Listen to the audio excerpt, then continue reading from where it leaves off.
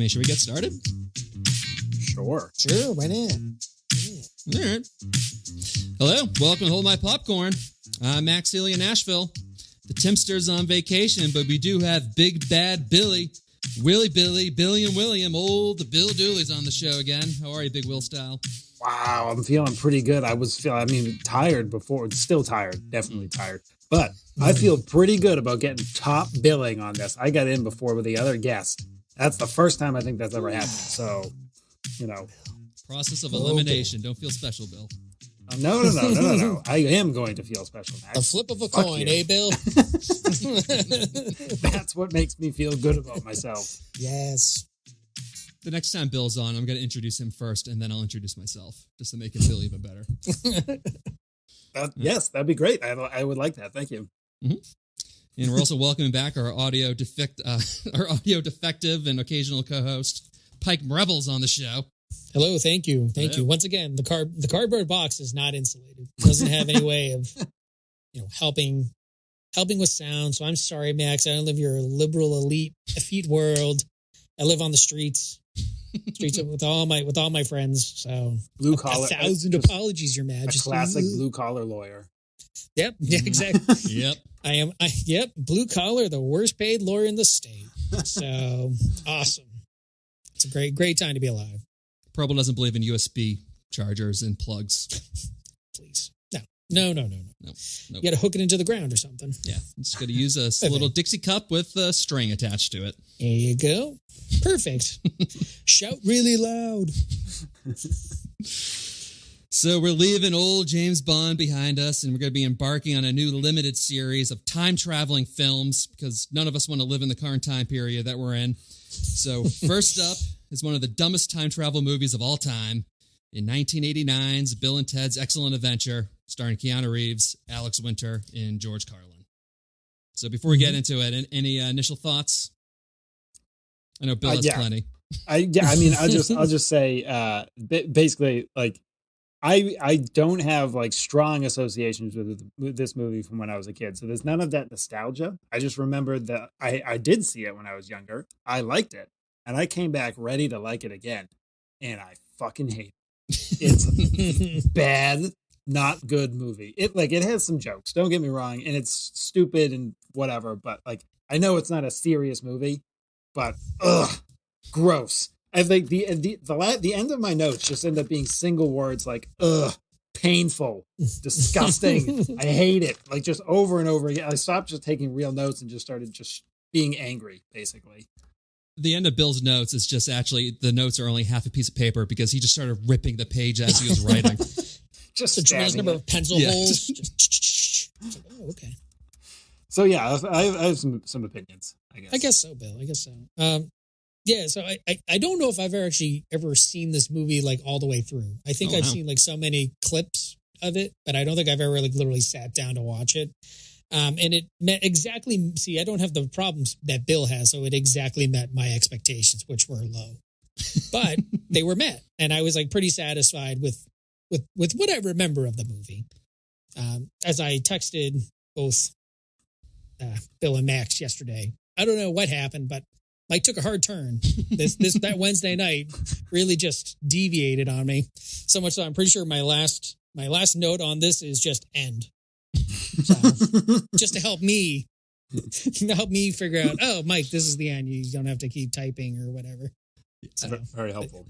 Yeah, I was saying that Prebble's notes probably just like sporadic, being like that was funny. I like that part. Yep. With nothing, no other context but that. Yeah, exactly. But some of these are hard. Like Dad is dumb. All right. That's probably true. Okay. All right. I think I gotta work something around that. Yeah. Well, unlike you guys, I do have nostalgia attached to this because like this was like one of like the 5 VHSs that my grandparents had at their house.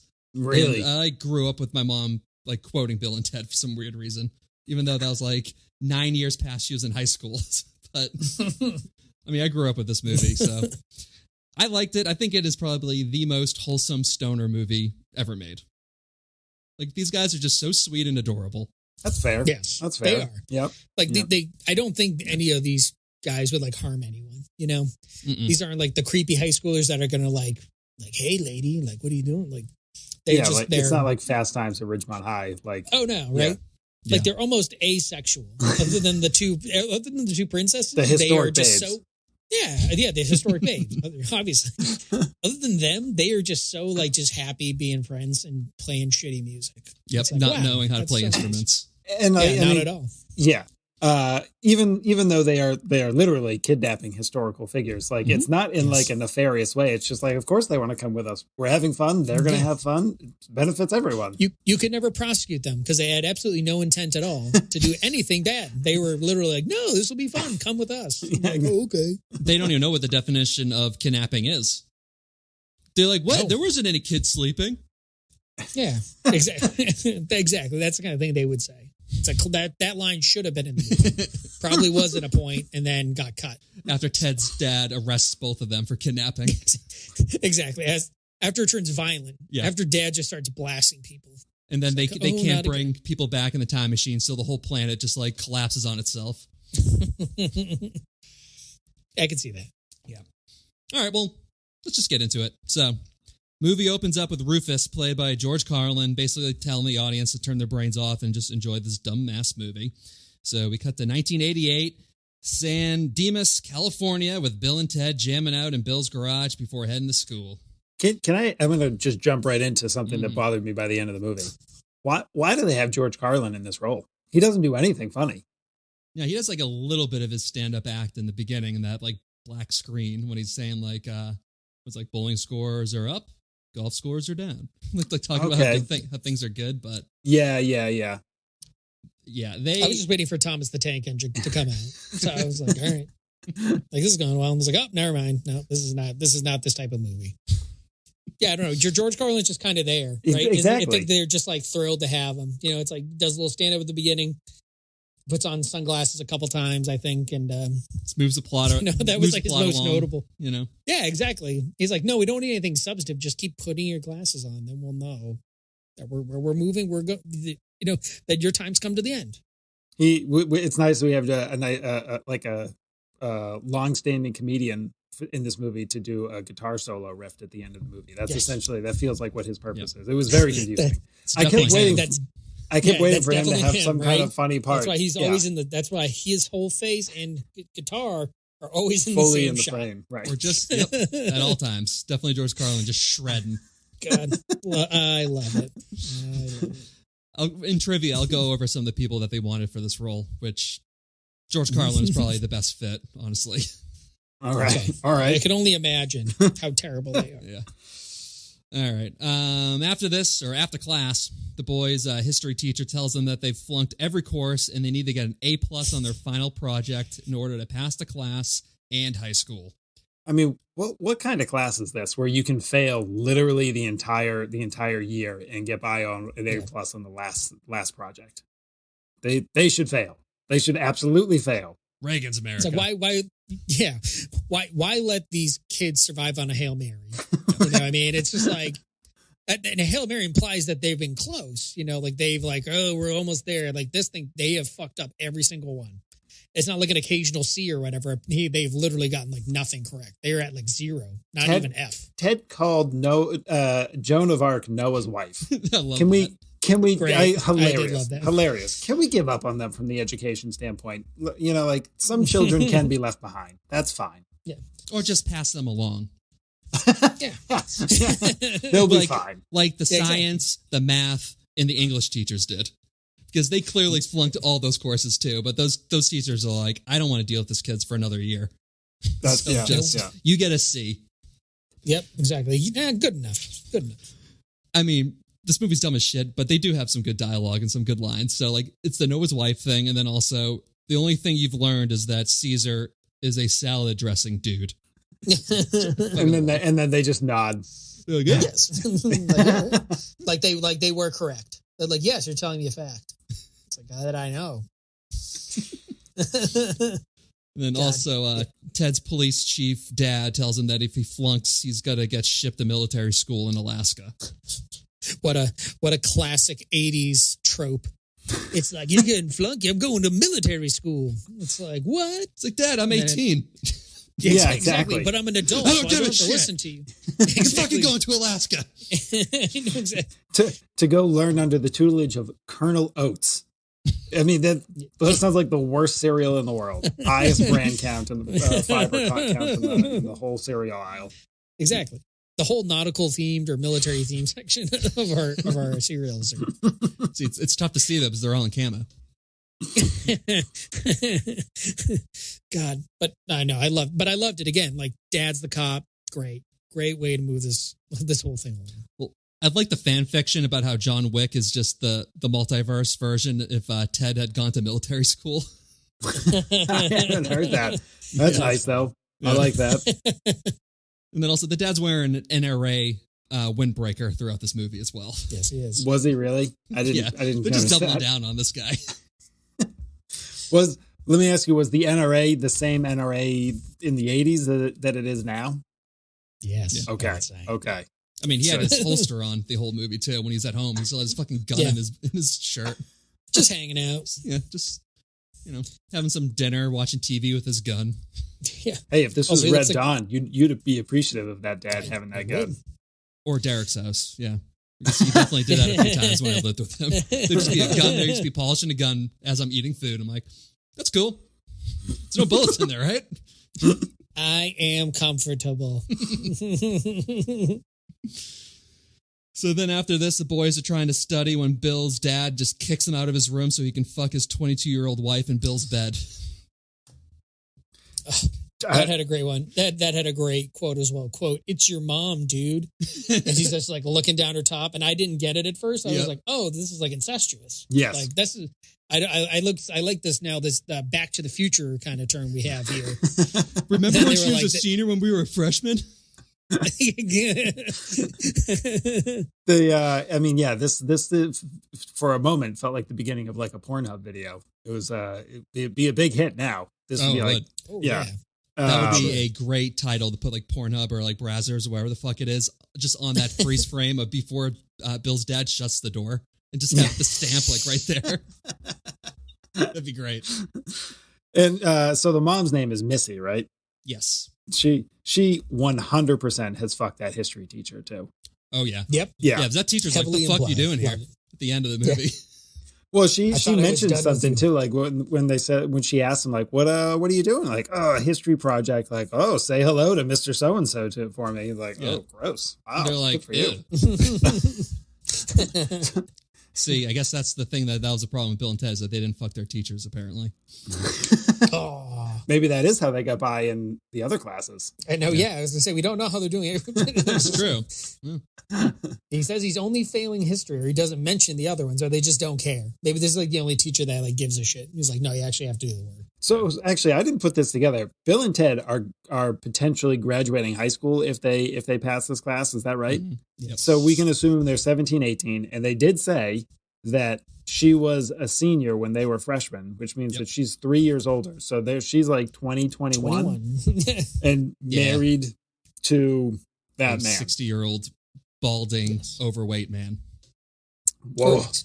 That sea level Richard Dreyfuss. That yeah, kind of right. Yeah. Like the little must, like the whole beard thing. I was like, this guy looks weird. Round glasses. Woof. That's so. Yeah. Some things. Yikes. Yeah, I really did that for that first like couple of minutes. I was just like, oh, I don't understand. I was like, nope. And then I was like, oh, maybe that's me. Maybe it's because like I'm messed up, like, and I don't understand the movie. And then I was like, no, I think it's the movie. And then it was like, and then when they add that little like stepmom, I was like, oh, okay, thank God. Yeah. It was like, Gary, I haven't lost the plot. Good. Some value things have changed a little bit though. This joke would not fly anymore. Yeah, it's like, oh no, thank you. No. Oh no. So the boys are bouncing around convenience store parking lots, asking random people about history questions when a tape booth just flies out of the sky as the boys are introduced to Rufus, as well as the future Bill and Ted, who are still in their mid-adventure. Masking just yelling history questions out of people on the street. That was life before Google for any of our listeners. Really though, right? Right there, like it's late, the library's closed, like we're fucked. Yeah, like we are fucked. Where's we have no resources. I do like how like one of the like that older like chain smoking convenience store lady is walking by and Ted goes, "Excuse me, when did the Mongols rule China?" The lady just goes, "I don't know. I just work here." I mean, that would be my response too. Yeah. I don't know when the Mongols ruled China.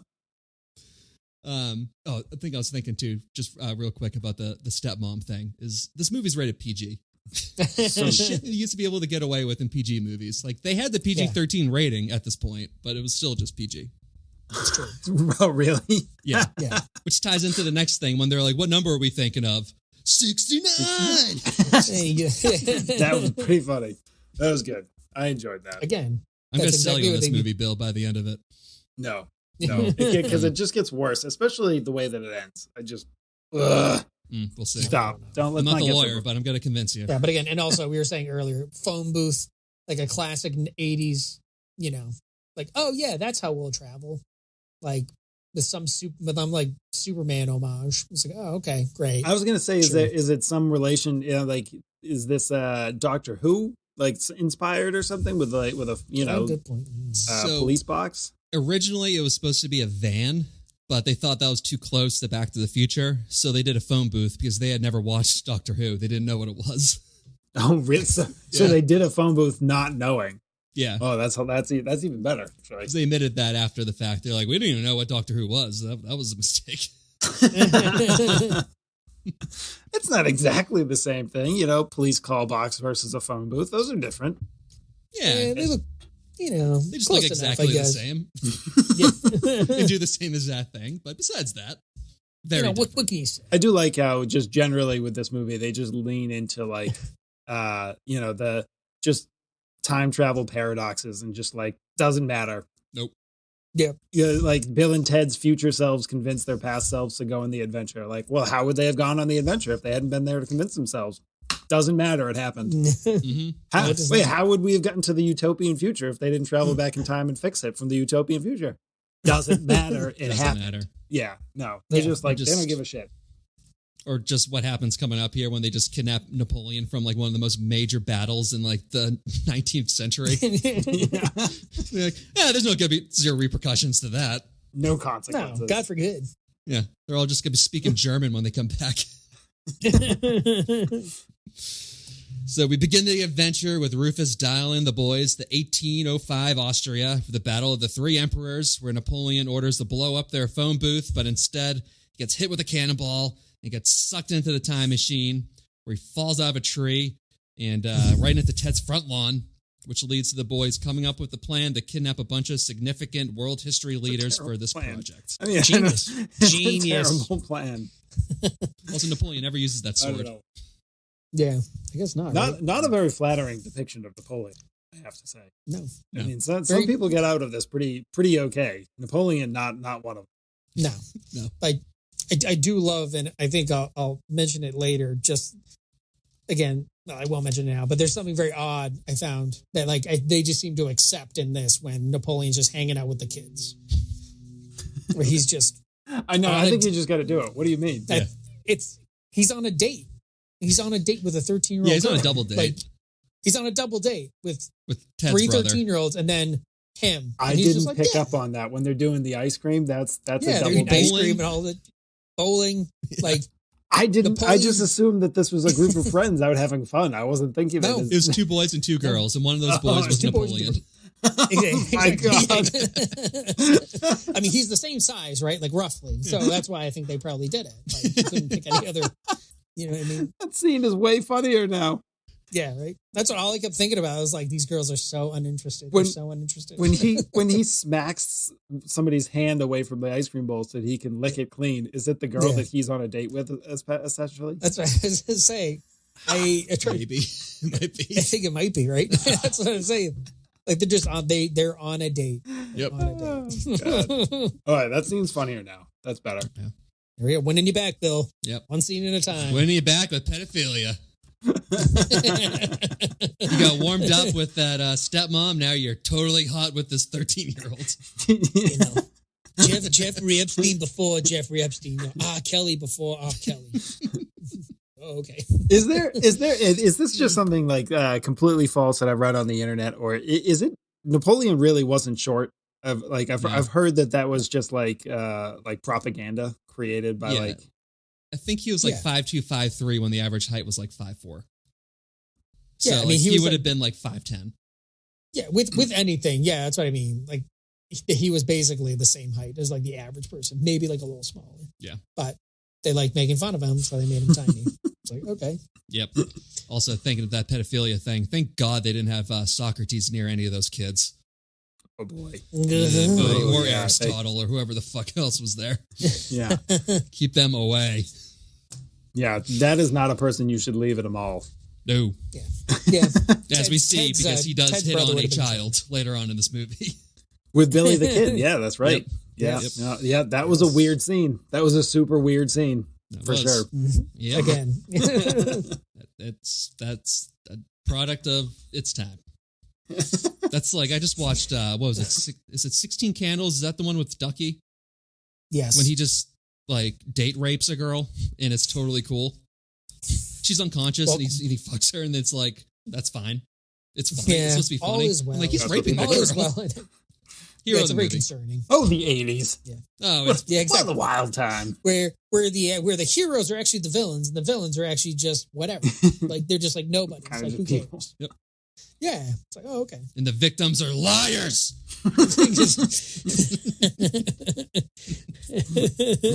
I like beer. I like beer. Speaking of 1980s high school parties. That fucking loser. Yeah, that's the product right there. There you go. Mm-hmm. Time machine. That's why we want one. All right. Second stop is 1875 or 1879, New Mexico, with the boys drinking, smoking, and playing poker with Billy the Kid before an all-out brawl ensues, which leads to the two Bills and Ted running to a payphone, or the payphone, and time traveling to ancient Greece to kidnap Socrates. Or Socrates, excuse me. I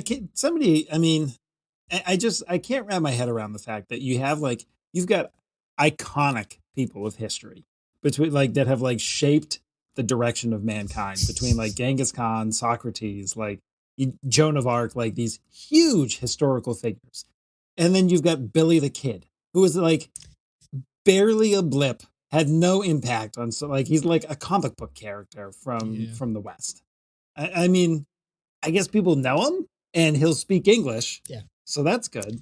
But like he truly is the Hawkeye of this Marvel group. You know what I mean? Just like totally, it's like I fire arrows, I guess, or whatever. It's just like, yeah, it's not quite what we can do, like blowing up planets and stuff. I would have liked to have seen like just do the same thing, but the exact same character, but with like Theodore Roosevelt. With like the 1890, like Abe Lincoln is already there, right? Why isn't Abe Lincoln this? I was thinking like Edison or something. Have Thomas Edison, like have somebody who's not a president. If you're gonna do another American, like yeah.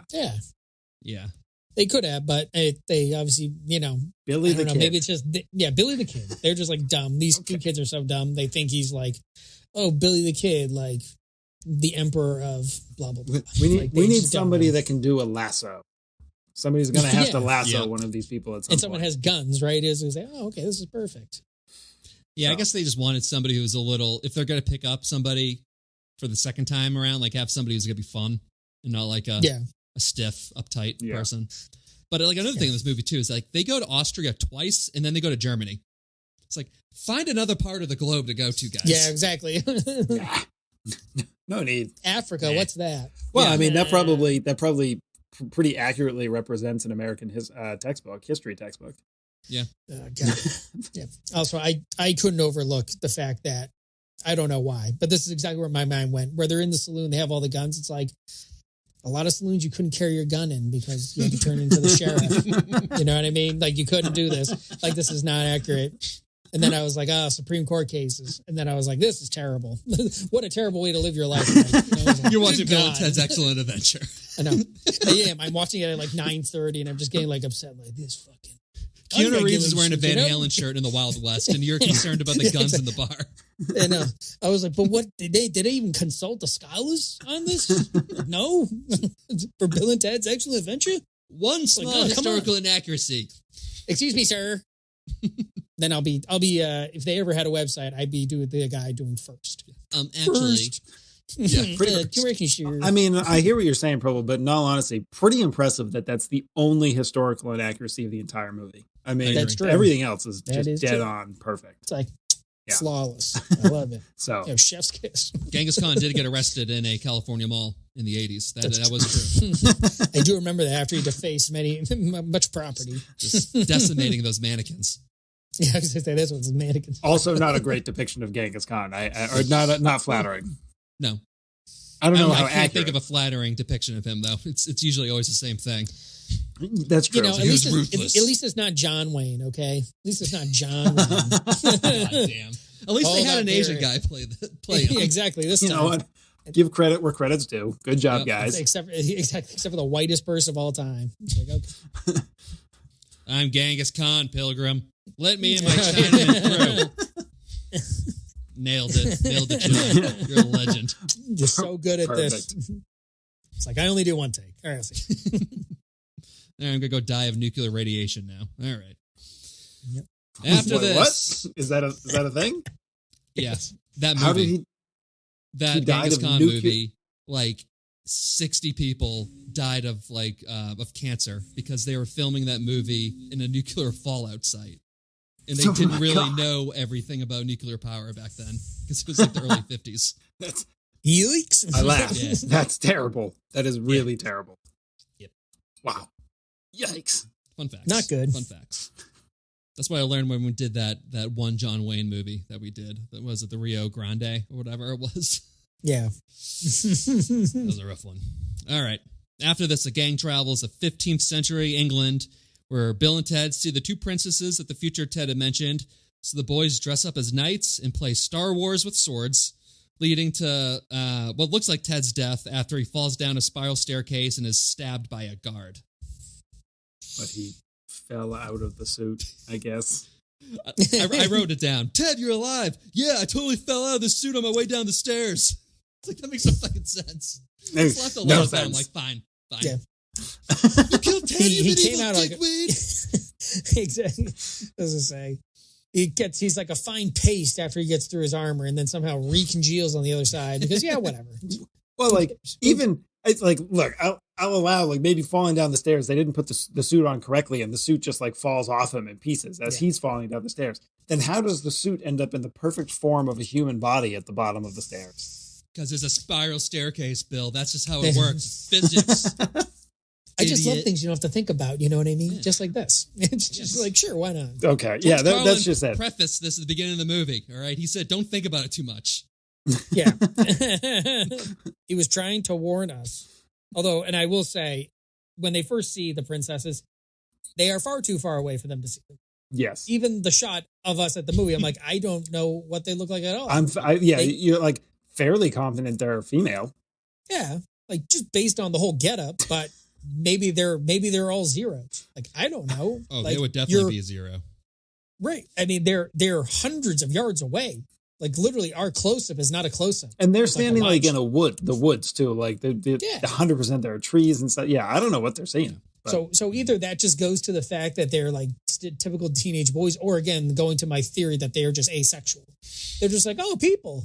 Like, hooray. They just like don't really care like about it. Attractivity is not a thing. It's just like a social construct that's put on these poor boys. They just want to be asexual, play rock like poorly, and be dumb as shit. You know flunk all their courses. Yeah, and flunk all their courses. They call them historic babes because they don't want to be judged by the peasants walking by them. Yeah. Yeah. Is this the scene where we get the hard F? When they hug each other. Yeah. Oof. Yeah. Yes. Yes, they did. No. I noticed that. Oh no. Yeah. I think that was an acceptable word until like 2014. But I still like even if though that like I know that like we grow up like saying stuff like that, but even still like I can't think of even like a movie from like the early 2000s that I don't know, maybe I'm just like blanking it out, but like every Judd Apatow movie up until like a couple of years ago was just littered with that that's shit. true, I guess. Yeah. I guess that's true. Yeah. I know. Just watch a comedy movie in like 2008 when white people are dropping the M-bomb and the F-bomb left and right. It's just they really pushed it for a while. Yeah, it was a very interesting time. Yeah. Very interesting time for this. Clerks too. I can't remember what. Yeah, and also he says, "What was it?" They're talking to the girls on this one too, and they're like, "Of course, babes." I was like, "That's perfect. Love it. Like perfect tone." You know, they're like, "You will come back." I'm like, "Oh yeah, Yeah, sure." And then they, I True, mean, whatever. if it wasn't for Rufus, can we accept that they just ditched those girls? Like they left that time period and they had no intentions of coming back. Rufus just showed up and like, oh, you got them. Like, okay, cool, that works. But they forgot. Yeah, exactly. No, yeah.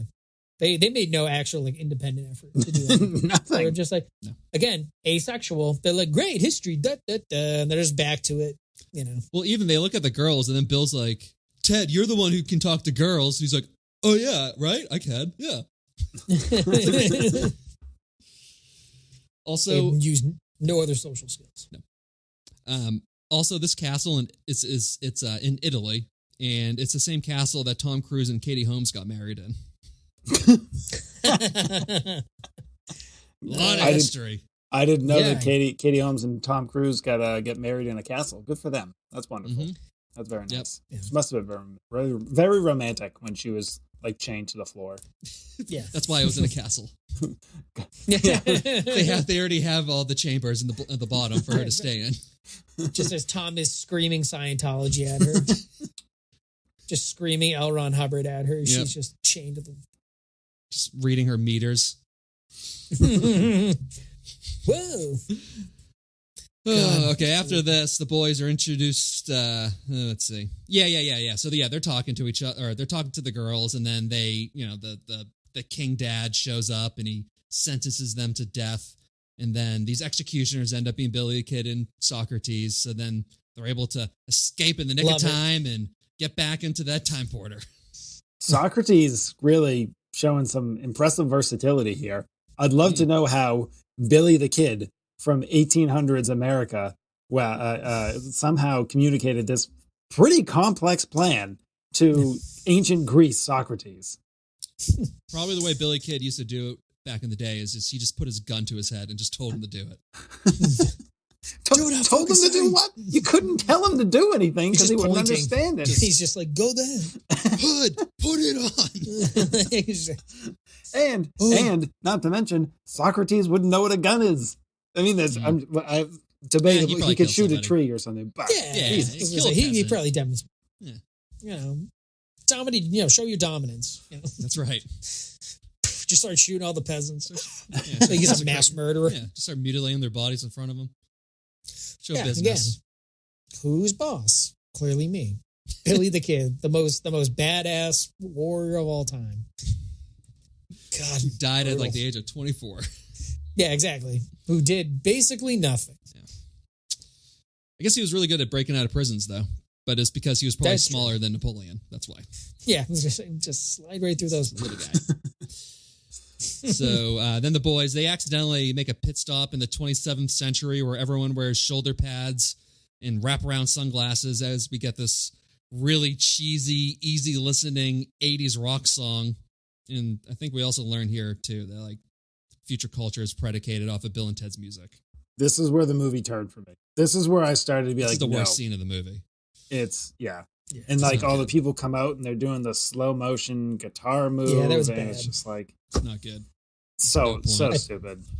That's why I had my note of this cult is not believable. Like I just don't believe any of these things. Like this is not how this like high council or whatever would rule. Like I call bullshit. And the other thing is like we see I didn't write it down at the time, but like the year is like the 2600s, right? Yeah. Mm-hmm. This is like 700 years in the future. It is. A rock band from the 1980s/90s like becomes the new Jesus, essentially, like shaping all of human history going forward for hundreds of years.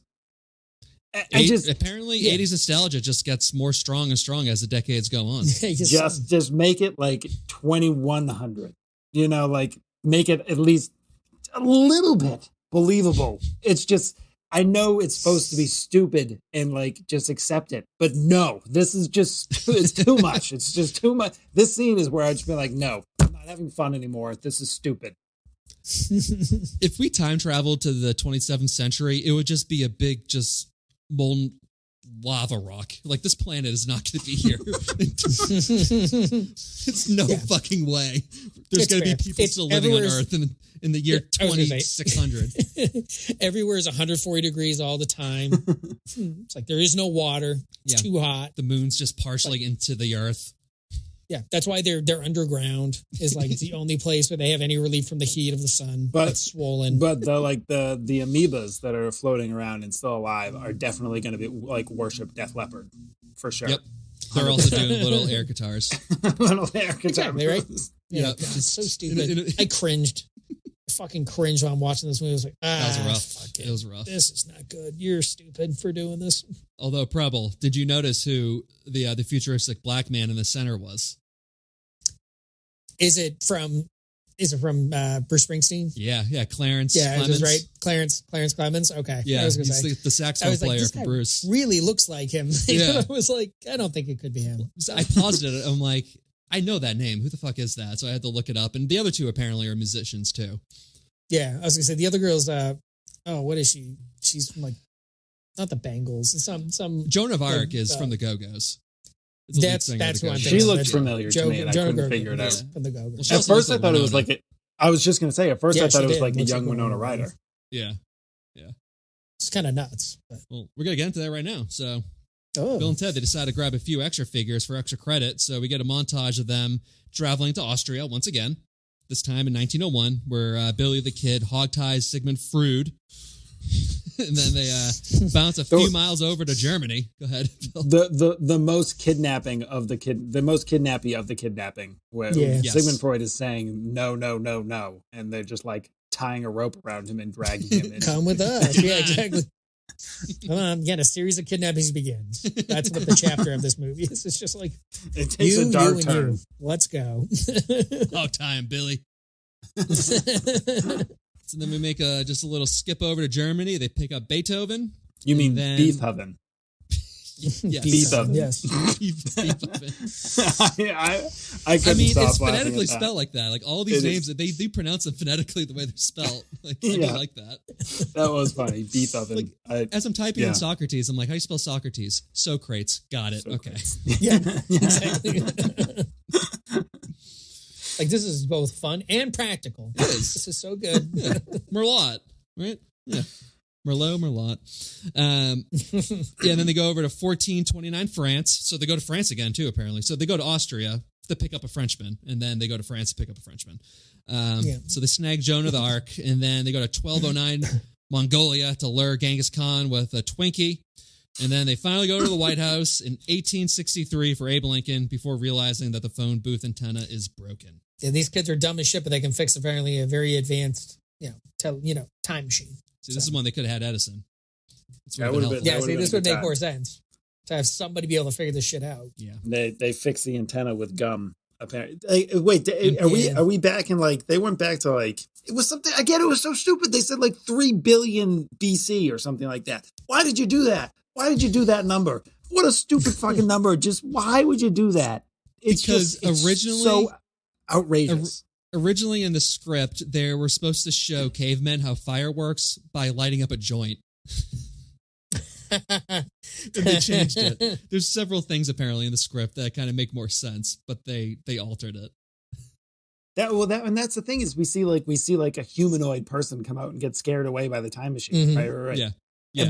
But they said it was like 3 billion years ago. Why? That's half the planet's lifetime. Maybe I'm gonna guess here is because the machine was broken. So they just got teleported. So they went to like 2700 and then they went to like 3000 BC. Just because the thing was just bouncing all over the place. I'm going to do the work for the movie. Wrong. I'm going to assume that I saw the number incorrectly because otherwise there is no way that 3000. Otherwise, I'm not going to be able to go to sleep tonight. It was 3000 BC. I could assume that. Is that when cavemen around? Is that the dawn of human? That would make more sense. It's like millions, right? I would say. Not for humans, though. Oh, no, I'm not like us, right? I think like Homo sapiens is like 100,000 years ago or something. But. Something like that. 3000 BC, wouldn't that have been like, that would have been around the time of like ancient Egyptians. Of course, this is the one date I don't write down. someone that we're debating about. Damn it, Max. I was trying to look at it. God damn it! Now I'm gonna have to go to a fucking gas station parking lot to ask somebody. Ask somebody a question. Well, they even said that when they're at the gas station, you're like, should we go to the whatever? Like, they're just going to bounce around from gas station to gas station to get all the history answers. As we're looking that up, another thing to mention too. So, Joan of Arc is the lead singer of the Go-Go's, and then Genghis Khan is played by the number one Asian American action actor of the 80s, Al Leong, who is the guy who steals the Crunch Bar in Die Hard. He's the hatchet welding ninja in Big Trouble, Little China. Big Trouble. And then he's the one who's like torturing Riggs in Lethal Weapon. The guy was fucking busy in the 80s. He was the most important person, I would say. He's been in 6 of our movies. That dude. Really? Because he's also in Godzilla and Lethal Weapon 4 as well. Of course he's in Godzilla. Yeah. Jesus Christ. Yep. This is the guy that played Genghis Khan? Yeah. Okay. Yeah, he's been in a shit ton of big movies.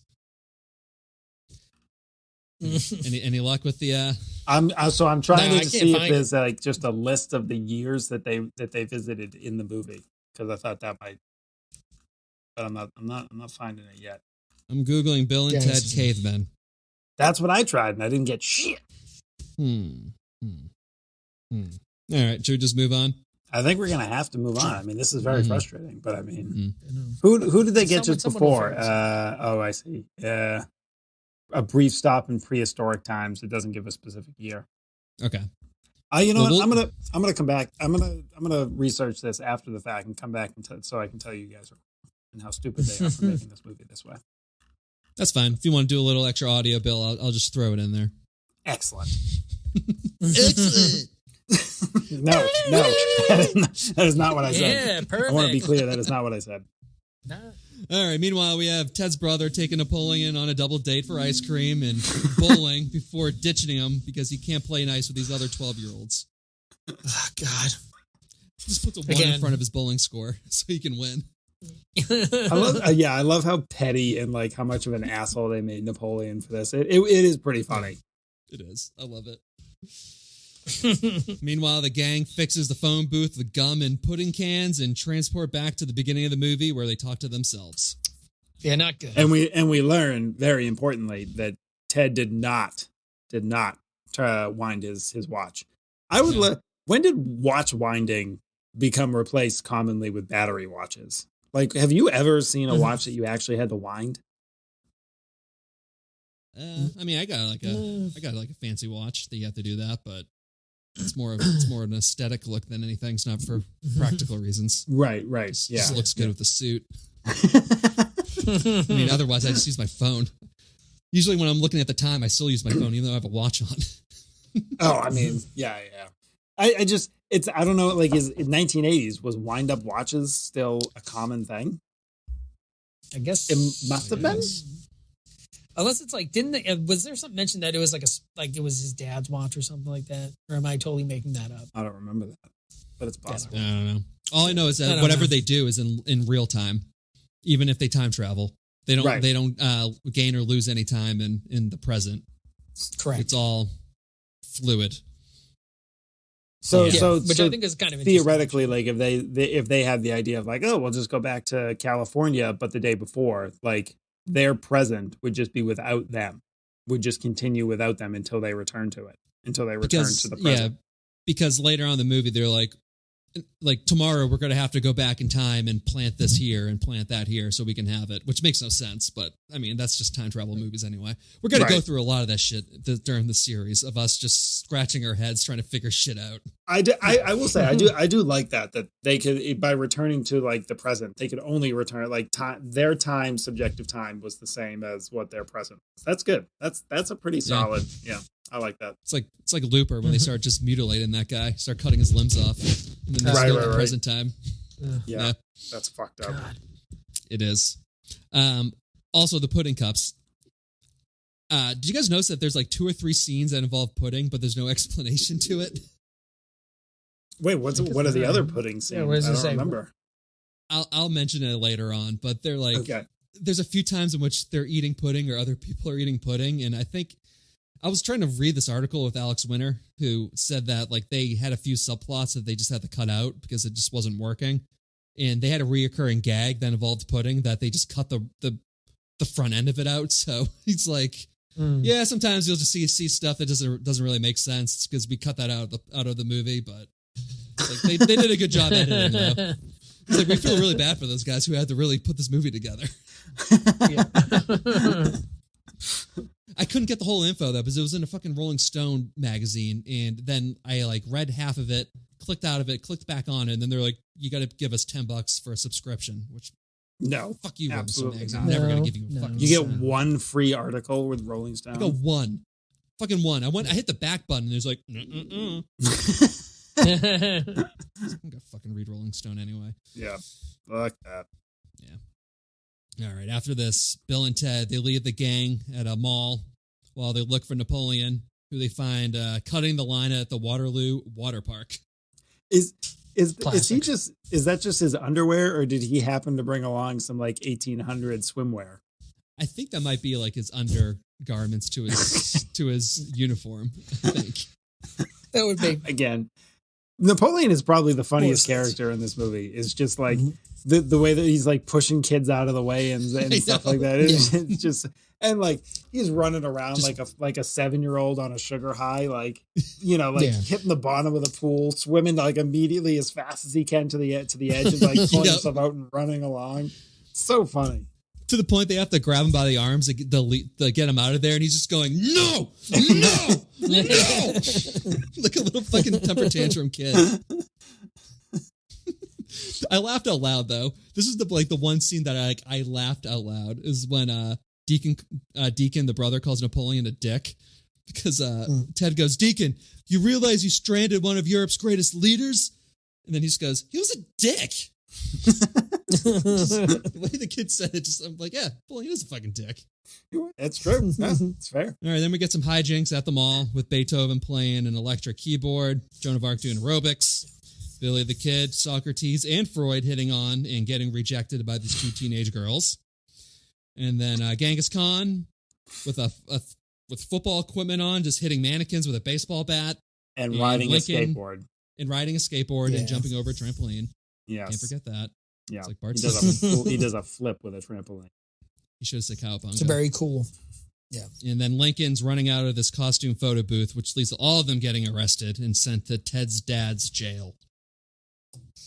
Ted's dad. I do find it, it is a little interesting that like Genghis Khan can be turned into a clown by taking a baseball bat and like wearing all this funny equipment and beating the shit out of a mannequin. But like the worst thing that Abraham Lincoln can do is that somebody else mistakenly said that he stole something.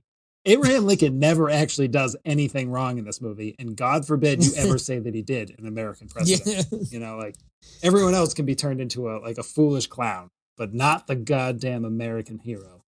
No, not our greatest president. How dare you? How dare you? And then you got the cute Genghis Khan, who I just Googled. He is responsible for almost 40 million deaths.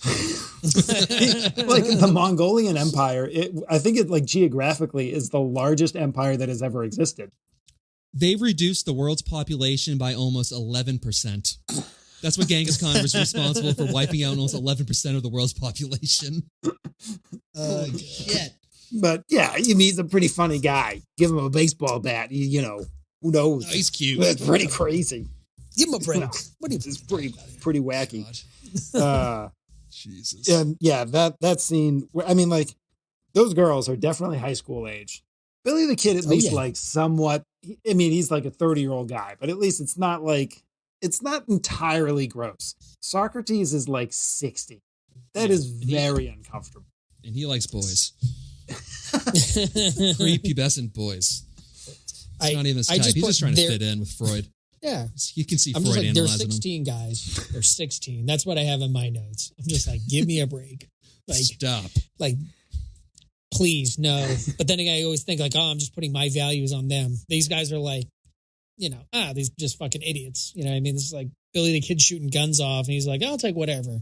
Socrates is, grooming young men. All right. How about from a different perspective, Mike, then? How about the writers who wrote that the girls were giggling and kind of showing interest in them until Freud showed up? That's pretty inexcusable. Cock block Freud. Yeah. I don't want to talk about my mom. Yeah. Tell me about your mother. Oh, God. Why do you answer everything with a question? I like that when they're interrogating him. He just keeps on just rebuttaling with questions. How does that make you feel? Why do you not think I'm Freud? Would you like to lie down on the couch? No, I don't want to lie down on the couch. Would you like to talk about your mother? No, that was so good. Oh, super funny. So then Bill and Ted, they break all these historical figures out of jail with some machine magic. Time machine magic. That's They weren't skip doing that any word. engineering. Yeah, I guess as long as in the past they say in the future, after we've successfully done this, we need to come back and do this. That's that. What the fuck is this? What the fuck is that? I live in a very unique neighborhood. Okay. It is the ice cream truck driving by Preble's cardboard box. And the ice cream truck that's playing some interesting rap music going past my box. I was like, what the fuck is this? I thought you had like something interesting queued up. I was like, oh, this should be good. No, unfortunately, that was Derek's forte. I never really managed to get let me hold my phone up to the microphone on my computer and just play a song. It's like, It's going to sound awful. Exactly. It's like, okay, perfect. I'm good. I'm glad to know this is what Jurassic Park sounds like underwater. Yeah. Oh, God. It's true. I was thinking in this scene, though, that it's funny that, like the Matrix, Keanu, he's in a cubicle setting, getting advice to duck under a table at the perfect time. That's right. Yeah, that's true. That's true. Yeah. Interesting. I like that part. All right. Oh, boy. Oh, God forbid. Otherwise. Here we go. That would be the end times. We're about to see some cat butthole again. Oh, boy. This is very concerning. Oh. All right, I'm back. All right. That's what they all say. So the whole gang arrives at the school just in time as we get a rock concert styled history presentation that ends with the boys getting an A+ and a standing ovation. Sure. I would give these two stoners an A+ for that presentation. It was fantastic. It was fucking terrible. It was terrible. Great. It was no, Max. That is the way you should teach children, with lights and music. We need more flashing lights, but there's no information. More flashing lights, More damn it. lights. They'll learn that way. All right, laser beam it Different into their stimuli brains. for the children. let me break some knowledge on you, Max. The question for the project was, how would a historical figure view modern day San Andreas or whatever the fuck this fucking town is? All right, they show up with what everyone else in this room would presume to be paid actors in costume, because nobody thinks that's actually Socrates. So they came, they used mommy and daddy's money to get paid actors to show up on stage. And then these motherfuckers can't even speak English. So you got Napoleon speaking French up there using a risk board to, I guess, talk about battle plans. Socrates, he doesn't say anything. You got Ted just extrapolating from hand gestures, these vague ideas and gestures. Nothing of substance is added from this report whatsoever. We know nothing historically about these people. They add nothing about what they think about modern day society, other than maybe Abraham Lincoln. It's fucking junk. It's a junk report, top to bottom. They just had enough money to buy 10 actors to get up on stage. You forgot to mention that it's all in a span of 7 minutes. Yes. Beethoven does this amazing single and then you got fucking Genghis Khan doing like jumps and flips and stuff. I don't fucking know. But apparently, yeah, that's wonderful. That's a really insightful take on what Genghis Khan would think of modern day California. No, it's fucking not. It's not. Flawless. Pure entertainment. I want to give the football player who just said go sports a better grade. San Dimas High School football rules. Yeah, exactly.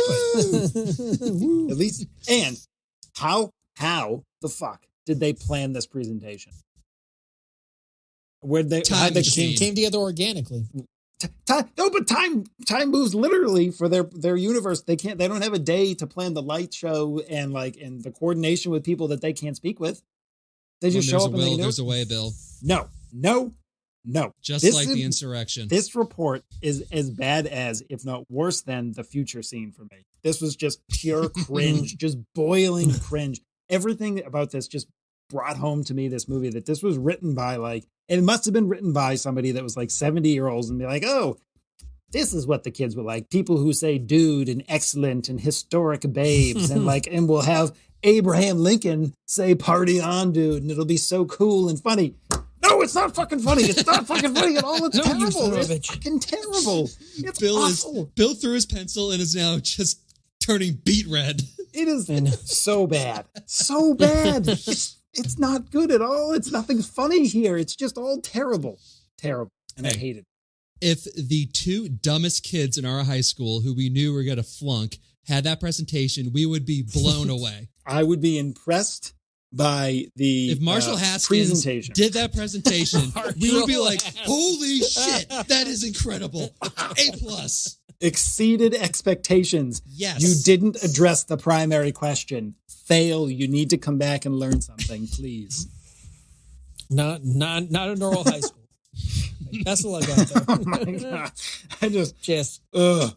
All right. Now, that being said, there were some funny things in there. Even though I literally said there was nothing funny, there were some funny things. Allow me to when Bill says that when Sigmund Freud invites Bill to sit down, he's like, "No, I'm all set. I've just got a micro Oedipus complex." And oh, that's fine. That's pretty good. And then when Missy walks in and starts flirting with the history teacher as well, also fun. That's it. That's the only good thing about this scene. That is the end. I gotta reach my pencil. It's pretty far away. My rage. I lost my pencil and I missed my rage. Might be the angriest I've been on this podcast. I was very upset watching this movie. Definitely. 100%. Yeah, I was going to say, I really didn't think. I haven't seen Angry Bill in a while. This movie really, really disappointed me. Also, so this is the other time. Everyone in the audience is eating pudding. Are they really? Fucking class. Everybody's eating pudding. They cut to them 3 times in which people are eating pudding.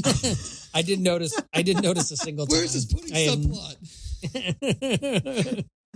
Yeah, I want to know what queued up that joke. That would have been great. Did they bring back the inventor of pudding? Was fucking Bill Cosby there? What the fuck happened? It's truly a zero idea. So as I was saying, flawless presentation. They get an A+. I'm cutting all Bill's rants out. So as we wrap up the movie, it's probably for the best. Nobody needs that. Nobody needs that anger in their life other than me. And I don't need it. I'm going to die of an ulcer at 45. I barely need it. Yeah. Bill's going to die an ulcer at 45 when we do Bill and Ted's Bogus Adventure. Journey, whatever the fuck it's called. Yeah, whatever, some shit. Yeah. It's like, okay. When we do our sequel September in 2045. So, to wrap up this 85-minute movie, we see the boys jamming out in Bill's garage and agreeing that they need to learn how to play their instruments when Rufus arrives with the princess babes, who join in on the jam session with Rufus looking at the camera and telling the audience that they'll get better. And then the movie ends. Nah, I don't know if they will get better.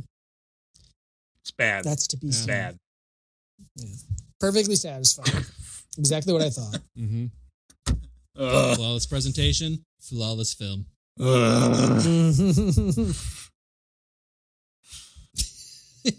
Just, I don't know. I don't even know what to say. It was just very upsetting. It was very upsetting.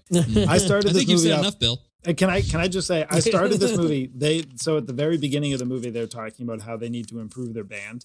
And I was listening to that conversation, be like, oh, what a perfect example of a little microcosm of what the whole movie is with time travel, because they're talking about how they need to get Van Halen, but they can't get Van Halen until they get a great video, but they can't get a great video until they get instruments. They can't get good instruments until they learn how to play, but they can't learn how to play until they get Van Halen. It's a loop. It's a loop that shouldn't work, but somehow they'll find a way to make it work. And it's like, I like at that time, I liked the movie. I was like, wow, awesome. Perfect way to start it. Love it. And then at the end of the movie, I'm just like, yeah, you fucking need to learn how to play, you dipshits. Obviously, you need to learn how to play, you fucking losers. Go to fucking military school. Make something of yourself, you piece of shit. God, do the push-ups. Learn how to fold some shit. I gave them like a third of my page on the first like opening lines, and like the last half of my movie is the back of the page. The last half of the paper is just torn in half because of all the violent writing that Bill had, as we mentioned earlier. Bill, whatever pent up rage, just imagine John O'Leary is somewhere in a parking lot with Justin 300. Go. Sprint, and tackle onto the hood of a car. I really expected him to be able to dodge that to some degree.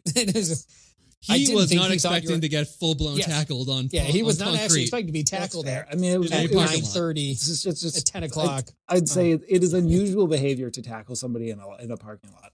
So that's on me. My bad. So fine. I'll accept that. That's just what he got for going to a movie on a half a day. Can we all agree that was a really good tackle, though? It was a clean tackle. It was a clean perfect hit. form, Bill. It was a clean hit. Perfect form. Good. Yeah. His shoes almost fell off. Got rocked. Damn. That must have hurt so bad for that kid. I know. Rock that shit. Yeah, no, exactly. It's like, oh my God. Oh, high school football rules. Woo! Pain, what is it? Pain is merely weakness leaving the body. Well, I'm in a lot of pain right now. I can't feel my head or my neck or my legs. You're welcome. Don't feel good. You'll only end up stronger or paralyzed or quitting football entirely. Oh, good. I was a good person. Good. I was a good person. Very good. Time for trivia. So, yeah. This is about the writers of the movie. It was inspired by an improv class at UCLA in 1983 about two guys named Bill and Ted who knew nothing about history talking about history. This is where it all stems from. I do like that. Mm-hmm. I like that origin story. That makes sense. Yep. So that also means that these guys were in their 20s when they wrote this movie. I'm shocked. I will accept it as fact, but that is shocking to me. Well, you'll probably be even more shocked by the next trivia fact. So, the next one after this one. The script was written in 4 days. That's not shocking. The shocking thing is that one of the co-writers, Chris Madison, his dad was a prolific sci-fi writer, Richard Madison, who wrote the first modern zombie story, which is I Am Legend. As well. Oh, that's a good book. Have you read that book? I have not read the book, but that's the writer Bill and Ted's dad. That's fucking sweet. I will highly recommend that book.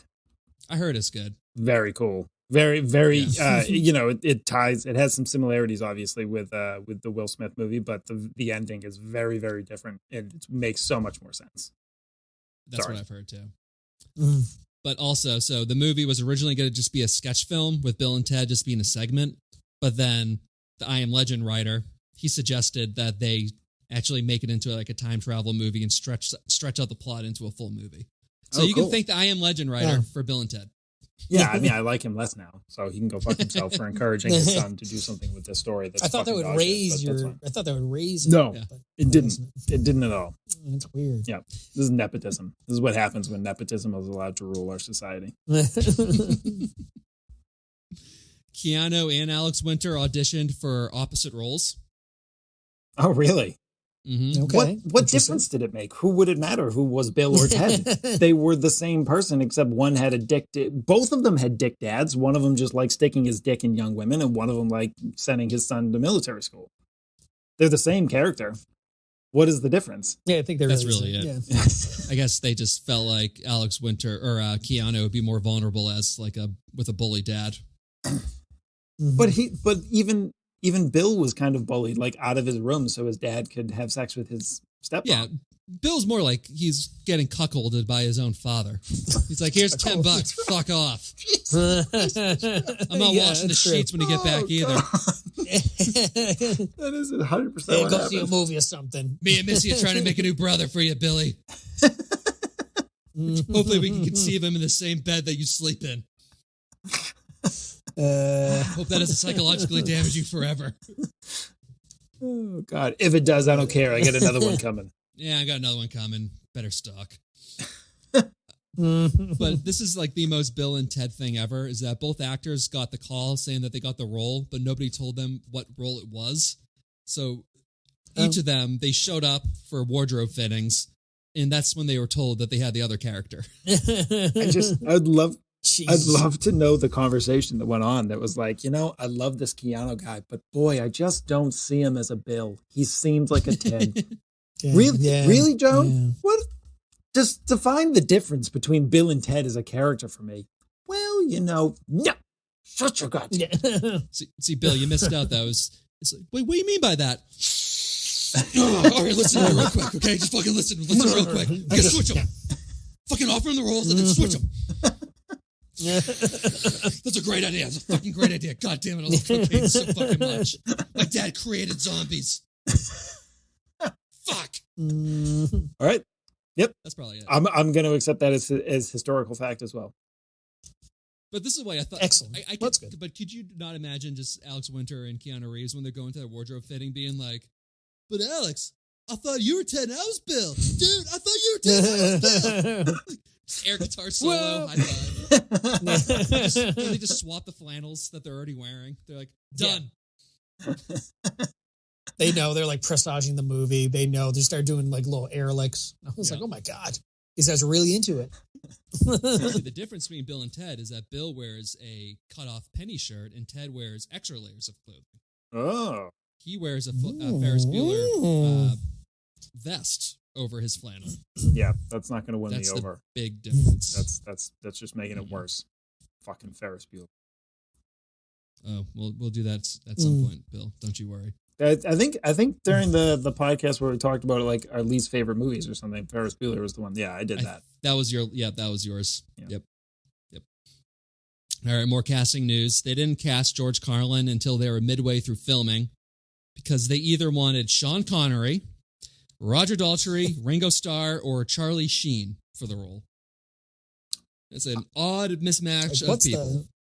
What's the pattern? Like, what's like the identifiable quality they wanted from that? So it was Sean Connery, and who was the second one? Roger Daltrey, who's the lead singer of The Who.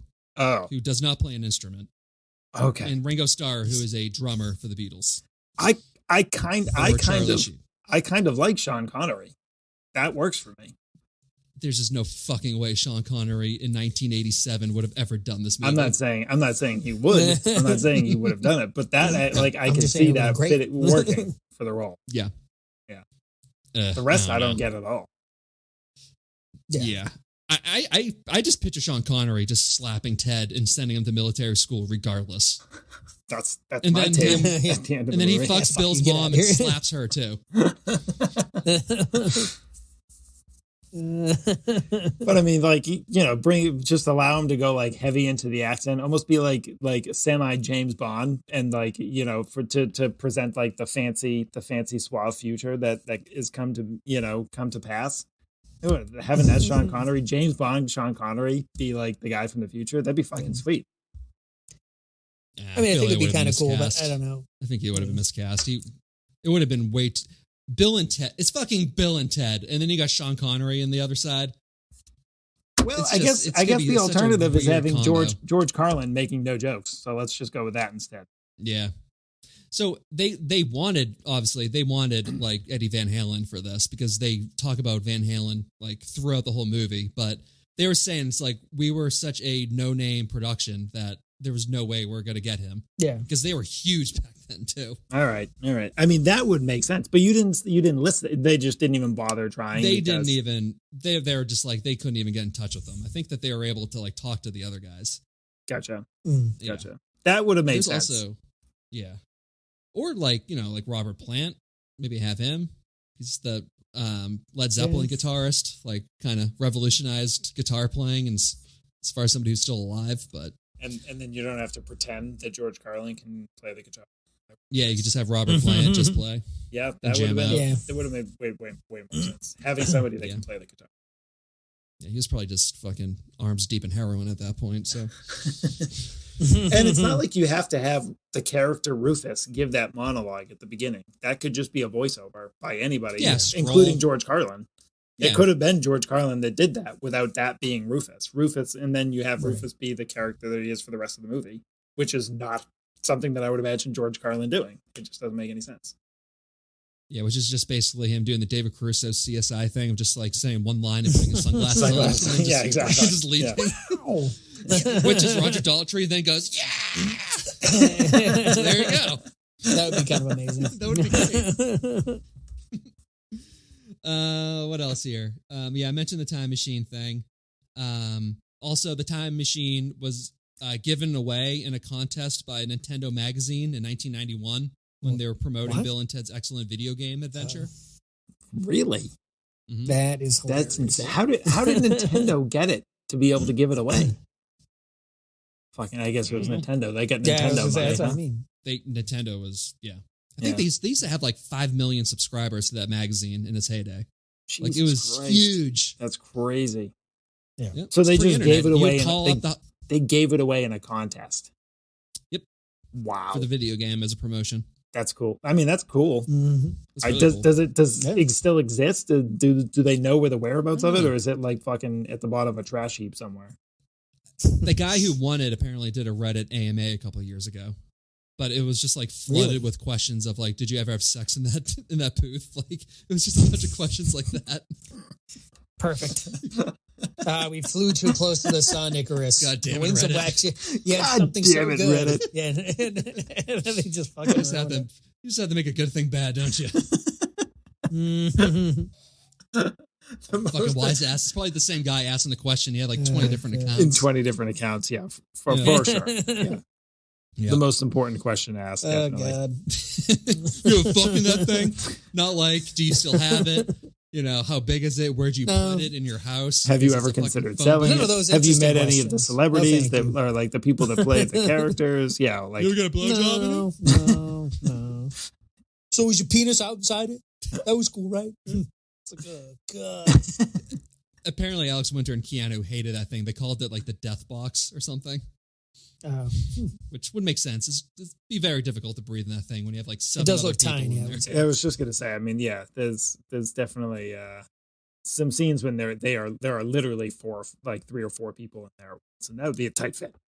There's also scenes in which they're literally running out of oxygen. Like when they go talk to the present day Bill and Ted and you can see in the background that the booth is like getting all fogged up. Yes, It's like there's not proper ventilation in that thing either. Originally, the boys were going to be responsible for all the major world disasters like the Titanic and the Hindenburg. that would have been That would funny. have been funny. It would have been dark, but Yeah, it would have been I would funny. have liked that. Yeah. Yikes. So it would have cost way too much. To And have the all movie- these like explosions and The movie would have ended up being like more like 2 hours long too if you did something Yeah, like I that. was just say they probably would have had to. Even if you only add Add like quite a 3 bit. or 4 and they're each 5-minute scenes, that's another 20 minutes, right? So yeah. And then also the movie was filmed in 1987, but it was held back for 2 years due to the Dino De Laurentiis studio going bankrupt. So then they had to go really? back and redub every single time they said 1987. They had to dub it to 1988.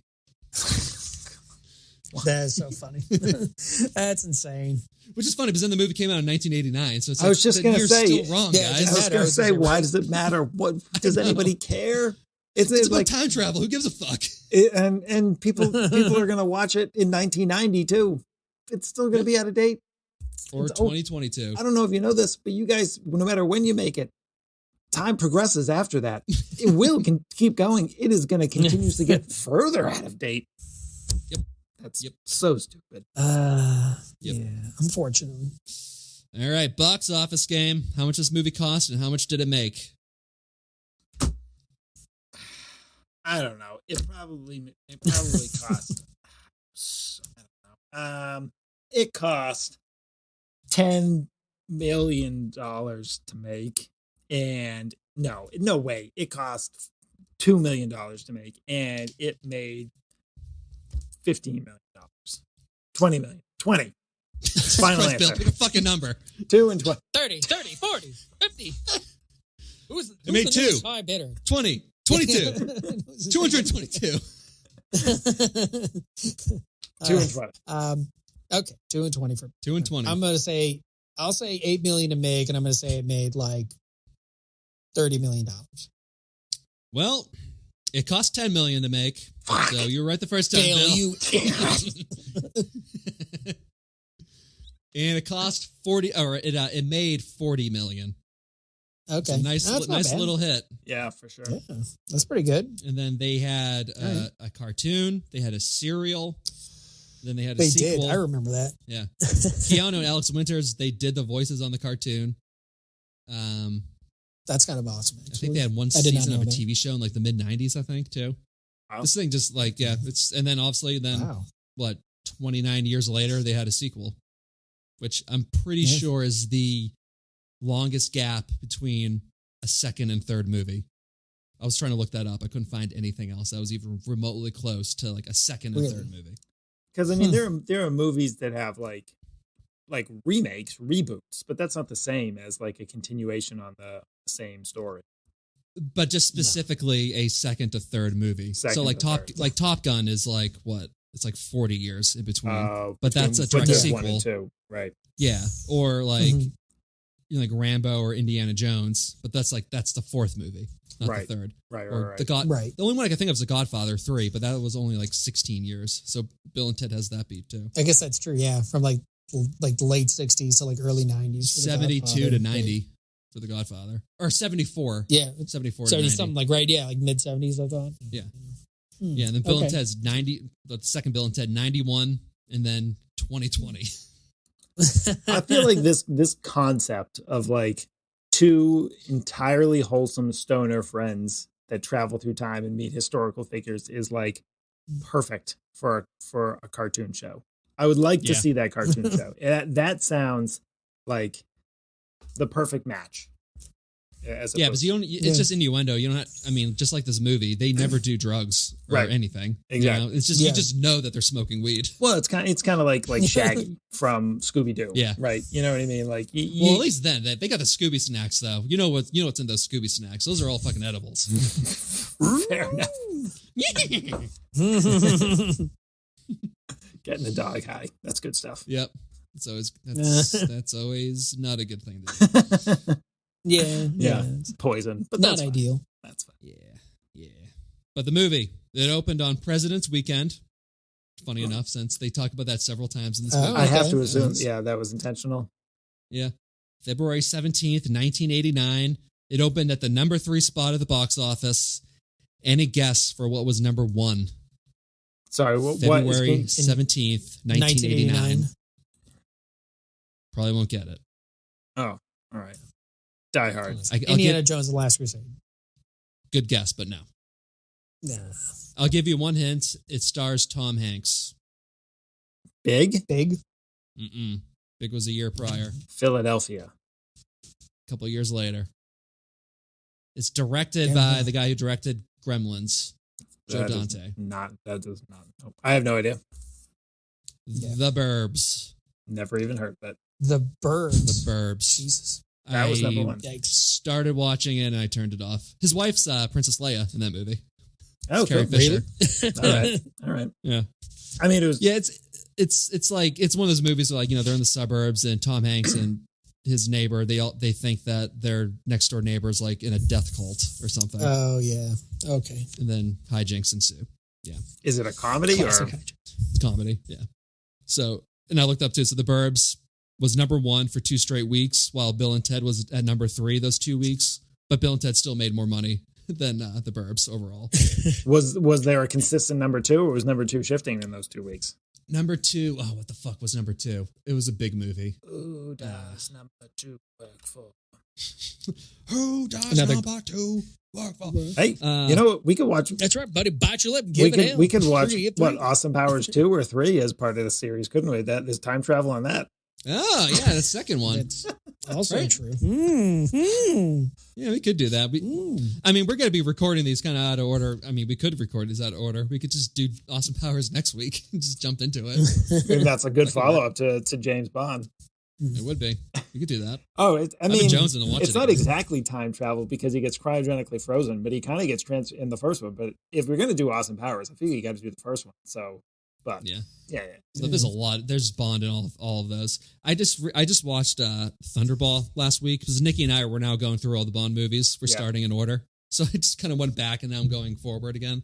Yeah. And like number 2 is like the villain in Thunderball. Like he's got like the eye patch and is just all proper. And I guess the movie fucking sucked. Oh, really? Neither one of us could finish it. It was the first one we couldn't finish. It was so boring. Yeah, it's probably not the best. Yeah, I would say. No. From Russia with Love was really good. The second one was actually really good. Like Nikki enjoyed it too, surprisingly. Okay, back into it though. So next question: who's your favorite and least favorite in this? I mean, I think I resonate most strongly with Ted's dad. Ted's dad. Yep. But I'm going to say that everyone. But I'm going to say that my favorite character was Napoleon. I mean, he brought the most humor to this movie. Napoleon was good. Yeah. Squiggly piggly.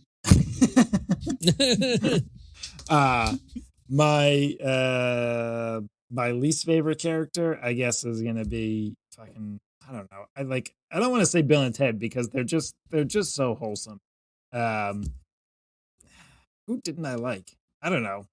I don't like, fucking Billy the Kid. Fuck you, you piece of shit. What are you doing here? I hated Billy the Kid. Fuck him. Yeah. I guess, I was going to say Napoleon too. I just think he's the funniest one, right? He's like the funniest of all of them. So I definitely think Napoleon would be it. I guess least favorite, I don't know. Maybe people won't agree, but I don't know. George Carlin, like he really didn't do anything. Yeah. Like he said some stuff at the beginning. I was like, okay. I thought he would play like a larger role again because having like seen it chopped up, I was like, oh, he's in it throughout. Okay, he's there, and then he's gone for most of the movie, and then he comes back at the end, being like, oh, by the way, here are the medieval ladies. Go ahead, boys. They also end up in your band. Yeah, apparently. Yeah, yeah. They can play drums. Yeah, exactly. Yeah. Oh, yeah. That was that part. I'm sorry. Actually, let me go back. That was stupid. It was really dumb. It was funny because that at one point they were like clearly bad at it. Like one of them was like playing the piano, like keyboard, had like no idea. But don't worry, they get better. The drumsticks. Yeah, they get so much better that they revolutionize human history. Apparently, that's right. That's right, Bill. Yeah, I don't know. We're kind of on like the idiocracy trajectory right now, so they might. At least they were nice. All right. I'll give you that. Fair. Be excellent to each other. My favorite's going to be Bill and Ted. Just they share the same brain, so I figured they're just one person. Yeah, that's fair. And then my least favorite is going to be Ted's dad, which I know they made him intentionally the least favorite, I think, except for Bill, who loved him. Yeah. But just a cop dad who can't wait to ship his 18-year-old son off to military school. His son definitely needs to go to military. He needs to be removed from that Bill. Yeah, he needs some kind of discipline. That Bill guy. Ted's dad had that car running the night before. He was already ready to just ship that kid the fuck out of there. I'm sorry. But the fact that he made it contingent on whether or not he passed that exam was absurd to me. He should have been shipped off to military school regardless. He should have been sent to military school a few years before. Ted is growing up in a very, very unfortunate situation. He needs to be removed from that Bill character. Ted should have gone with his mom. This guy clearly got divorced. That's true. Yeah. All right. Time for my Hold My Popcorn questions, or Jesus Christ, time for the Hold My Popcorn ratings. Prepare to be judged. We just did some questions. What's your... I'm looking at this. What's your rating for The Living Daylights? What's your rating for Bill and Ted's Excellent Adventure? Frodo, you want to go first? Sure, I'll go first. I will say I'm going to give this, what was it? 8 captured historical figures or whatever it was. I think it was 1, 2, 3. Yeah, I think it was 8 or something like that. 8 definitely kidnapped historical figures over that one joint they both shared right before the camera turned on, and they were like, all right, let's go, man. Let's fucking get this shit. That's what I'll say. 8 over 1. That's pretty good. That's a great fraction, right? Equals out to 8. Yeah, exactly. Thank you. I know simple math. I am going to give this Can I give like hand marks? No, people can't hear hand marks on a podcast. I guess that's true. Well said, Bill. So we'll just say physical signs are the best type of communication in a audio medium. I'm gonna say I'm gonna give this movie the high expectations that I came into it, ready to fully enjoy this just hilarious romp of a comedy. And then not out of, because that would make it a positive integer of some kind. The full negative, angry feeling that I had going to bed Monday night after watching this movie. I want people to understand that's pure rage that I went to sleep with after watching this movie. So that is the worst possible rating I can give this. Thankfully for Sam, Bill put himself into his own straitjacket before he went to bed. We have a separate bed set up for my angry nights, and I spent 2 nights in the angry bed. That's probably for the best. Bill also has a stand-up straitjacket station in his house that he can just roll into just to make sure that it's all tight. Just in case he knows things are getting out of hand. I'm gonna watch Bill and Ted. Make sure you get the straitjacket station after you're done. All right, it's all set. No, thanks, bye. Yep, it's nice and snug. Definitely can't get out of this one. 2600s. Why? What year is those cavemen in? The funny thing is that Bill was excited to do this movie. I really when was. I initially suggested it. I know. Yeah. Yeah, it was your idea. So really, this theme was my idea. This was one of the movies that I thought would be really good. And wrong again, Bill. I'm going to give this 70 dudes out of 30 excellence, because that's the amount of times that these boys said those words in this movie. Did you count? No, I found it in a trivia fact. Thank God you didn't pull a Derek. No. Oh God, no, I don't have that kind of Rain Man. I literally, I remember. Good God. I got fucking other shit to do, like my job. Can't be counting dudes in Bill and Ted's Excellent Adventure. All right, any last words before we get out of here? Yeah, I mean, I think I would just say, party on, dudes.